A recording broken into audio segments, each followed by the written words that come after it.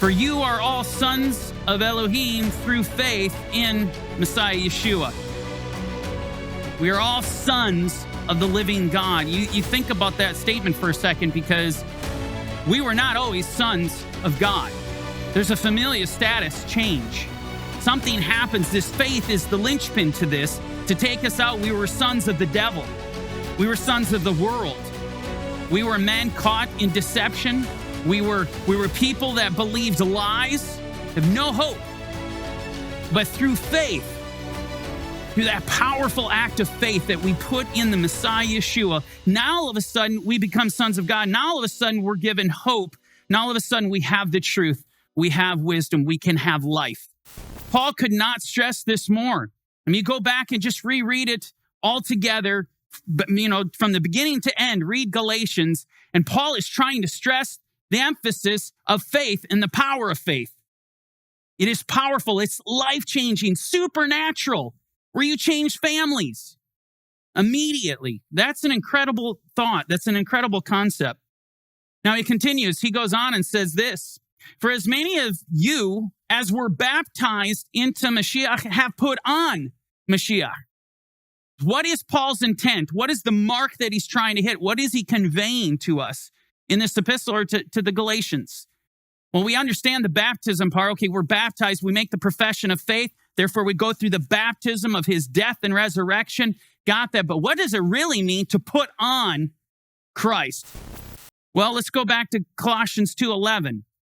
And we find this out. In him you were circumcised with the circumcision made without hands, by putting off the body of the sins of the flesh, by the circumcision of Mashiach, buried with him in baptism. See, the very same structure that Paul is laying out to the Galatians in regard to baptism, he now lays out here also to the Colossians. He is saying the same thing. To put on Christ, it is to have that circumcision. He's our husband of blood, buried with him in baptism, in which you were also raised with him through faith. Same, in the working of God who raised him from the dead. So this is exactly what he's conveying in this situation when we're looking at verse 27. We have put on that circumcision. Putting on Christ is to put on that circumcision. There is neither Jew nor Greek. There is neither slave nor free. There is neither male nor female, for you are all one in Messiah Yeshua. And so you look at this, Paul is making the point that understand something. God does not make a distinction between circumcised and uncircumcised, between the Jew and Gentile, when it comes to faith. Remember what the Torah says in Deuteronomy chapter 10. God is not a God who shows partiality. What do the prophets say? Whoever calls upon the name of the Lord will be saved. Whoever, slave, free, male, female, Jew, Gentile, it doesn't matter. Whoever calls upon the name of the Lord is going to be saved. And this is the very point Paul is getting across to us. For you are all echad in Messiah Yeshua. Echad. The first thing I want you to recognize about this statement is that it is the heart of God. I mean, do you want to appreciate all these statements that are very controversial that the Apostle Paul is making to the Galatians? Do you want to appreciate that epistle? Do you want to appreciate the New Testament? Do you want to understand the new covenant in a better light? Understand God's purpose, his will, his heart, his intent.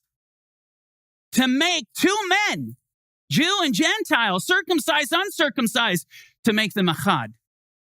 That is his heart. And if you understand that, you can get your mind wrapped around why Paul is saying the things that he's saying, why he stood so vehemently against his own brethren in regard to this issue. I want to take you to John chapter 17. In John chapter 17, we have the intercessory prayer. Yeshua, literally, before he's crucified, he prays to his Father. Obviously, one of the most important prayers you will ever read. And such a unique look to see how Yeshua prays to the Father. There's things we can learn from this. He mentions something very specific that deals with our very topic. today to deal with this echadness, if I may coin the phrase. So let's go to John 17. And Yeshua says to his Father, I do not pray for these alone. And what he means by that statement, he's referring to his Jewish apostles, his Jewish disciples, those who have called upon his name, his own brethren.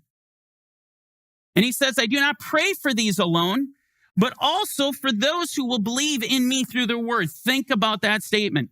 It's prophetic because his apostles would go do what? They would actually take the gospel and go to preach.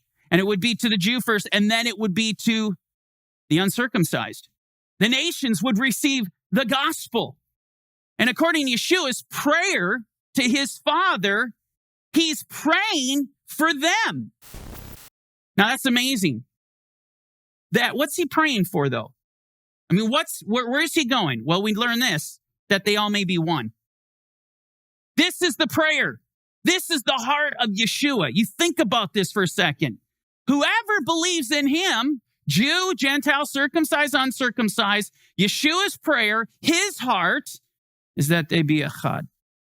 How echad? He tells us, as you, Father, are in me, and I in you. Think about that. The whole concept of what Paul understands as he's expressing to the Galatians that they are not required to be circumcised in flesh. They have the circumcision of Mashiach upon them. He knows Yeshua's prayer and what Yeshua would do to make them echad, to make them so one that relationship between the circumcised and uncircumcised was to emulate the very relationship that exists between the Father and the Son. An unbreakable relationship. A relation so intimate it cannot be separated. This is what Paul knows. You wonder why he's got a fire lit into him? Because he knows what he's seeing is not emulating the relationship between the Father and the Son. But that's what's supposed to be happening. This is so powerful. Hey there, this is Mike at Corner Fringe Ministries. Thanks for watching our video. If you liked the video or it encouraged you, do us a favor. Hit the like button. Don't forget to hit the share. And if you haven't done so already, please hit the subscribe button. Now, if you want to watch the rest of this video, hit the button here. And if you want to watch the rest of this series, you can check it out here. And don't forget, you can download the Corner Fringe Ministries app today on any of your Play stores. Thanks for joining us at Corner Fringe Ministries.